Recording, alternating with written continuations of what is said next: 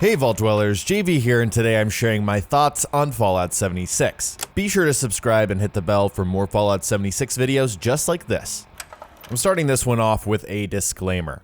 I think it's perfectly fine that Fallout 76 is a first-person shooter. I have nothing against the concept of this game and why Bethesda chose this direction. Fallout 4 sold incredibly well, and there's a reason for that. If you enjoyed this game a ton and it's your game of the year, I'm genuinely happy for you. That's awesome. Above anything I say in this video, my main issues are with the technical state of the game. Not the fact that it's online, not that it's multiplayer, that it has PvP, or it doesn't have NPCs. I respect what this game tried to do in order to stand on its own and be a spin-off of the series, regardless if it has NPCs or not. Just so we're absolutely clear, I have no issues with the concept of Fallout 76. All of this being said, I do not feel that Fallout 76 is an RPG.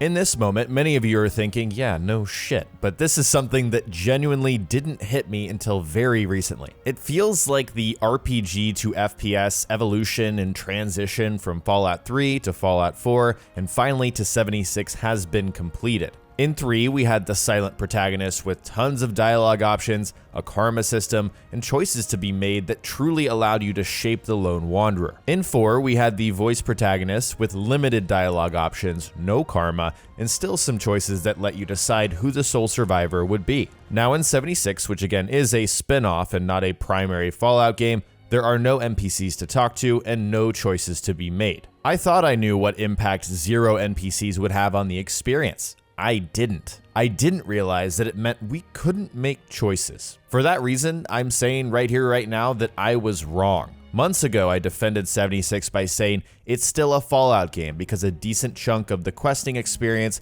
before had included holotapes and robots. We would still be doing shooting, looting, and other Fallout things. But again, I've realized more than most series out there that Fallout involves so much more than how the game plays and what you're doing moment to moment. It's not VATS, it's not perks, not even the nuclear wasteland. It's the overall feeling and context that shapes these games. What is driving you as the player? What are your motivations? Having that blank slate that RPGs allow you to fill is integral to that experience. That was kinda sorta in Fallout 4, which is why I think the reception was so mixed. While we do have a blank slate in 76, we can't fill it with anything. No big choices, no karma, no NPCs to play off of. The result is that I feel blank. I'm silent, but my character does nothing meaningful. And for that reason, for my own personal definition that I've laid out in this video, I do not believe that 76 is a Fallout game. I remember when I first fell in love with this series. I was playing Fallout 3 in 2008 when it first came out. I wandered out of Vault 101 and made my way to Megaton. I found that giant undetonated bomb in the middle of the city with people worshipping it, and I thought, alright, this is pretty weird. Then I entered Moriarty's saloon looking for info on my dad. I spotted this shady looking guy in the corner waving over at me to come over. He then proceeded to ask me to arm the bomb and blow up Megaton, killing everyone there and leveling the town completely. I thought, how fucked up is this game? Holy shit. Then shortly after, I realized, oh my god, I love this game. I love how sick and twisted, how brutal it can be. But above all else, how it made me feel empowered because I had to decide. I had choices that must be made that would impact the world around me. The Power of the Atom is probably one of my favorite Fallout quests across any game because it's a perfect example of a meaningful experience in a Fallout game. Meanwhile, back at the ranch with 76, I've hit level 50, I've played on multiple characters, and I honestly can't say I've done anything quite as meaningful as deciding the fate of Megaton. Once again, that happened in the first hour or so of Fallout 3. What I have done is follow endless objective markers. I haven't stopped at all to consider any actions I've taken because there is no choice. That reminds me of most FPS games. You're sent through a variety of shooting gallery set pieces and sequences, always heading towards the objective, never stopping to think.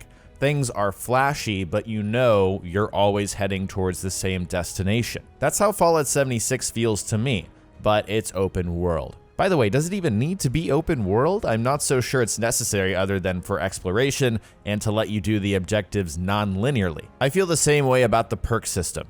Many shooters have light RPG mechanics, letting you customize the way you play. That's how perk cards feel to me in 76. These decisions are less defining for our characters, and therefore less impactful overall. I'm missing that connection between how my character plays and how that actually impacts the decisions and choices I am making in the game. Now, I want to stop for a moment to address a large portion of the community that's probably listening to this video that started with Fallout 4. I believe that if Fallout 4 was your first Fallout game, you're more likely not as bothered by anything I just mentioned. It doesn't matter. Like I said before, it represents a major step in the evolution of this series towards more of an FPS than an RPG. Or you represent a portion of the community that's evolved and doesn't necessarily need these RPG mechanics in order to enjoy a Fallout game. Regardless of where you land, believe it or not, reasonable minds can differ. You may have loved Fallout 4 for its solid shooting mechanics and gameplay. Fallout 76 does deliver on that. However, if you fell in love with Fallout on 3 or New Vegas like I did and you're still holding on to that, you have this additional context. You have an experience and a feeling that you really enjoyed, and Fallout 76 is not that game. But you know what? I still enjoy 76. I'm playing it every single day despite its technical issues and my preference for the more RPG-heavy titles. As with everything, there is a sea of gray where most players don't absolutely hate or absolutely love the game. Sometimes I wish I didn't have those experiences weighing down my enjoyment of 76, but they do. It's a constant struggle of expectations versus reality. To me, Fallout 76 lacks those meaningful and memorable experiences that I had before. And after over 100 hours of playtime, the only notable thing for me was going through the Enclave storyline and launching a nuke. The rest is just footnotes for me. Not only that, the new concept and vision of the game doesn't carve out an identity of its own. I wish it did enough that was unique to stand out, but for me, it just doesn't. It feels like a mixed bag, a half-baked between spin-off game that tries to cater to the newer Fallout fan. And for that, I've gotta say, I'm left feeling disappointed. I know I've been brutally honest in this video. This is not a declaration that I won't continue making Fallout content or anything like that. I think it's fortunate that the game is live service. Hopefully they have systems in place to update the game frequently enough to make an impact. It gives some semblance of hope that it will improve, and I genuinely hope that it does. You'll never find me actively rooting against Bethesda. I think that's toxic and it has no place in any community or fan base. But from where I stand, from my own personal definition, Fallout 76 is not a Fallout game for me. If my opinion and just hearing that makes you angry, you should probably unsub. I expect some of that reaction from this video. Go ahead, it's not going to ruin my day. In the comment section, tell me what makes a Fallout game for you, because reasonable minds can differ. Share your thoughts below. If you enjoyed the video, remember to subscribe and hit the bell for more Fallout 76 content, like my last video where I share Bethesda's fix roadmap. Thanks so much for watching, and I'll talk to you next time.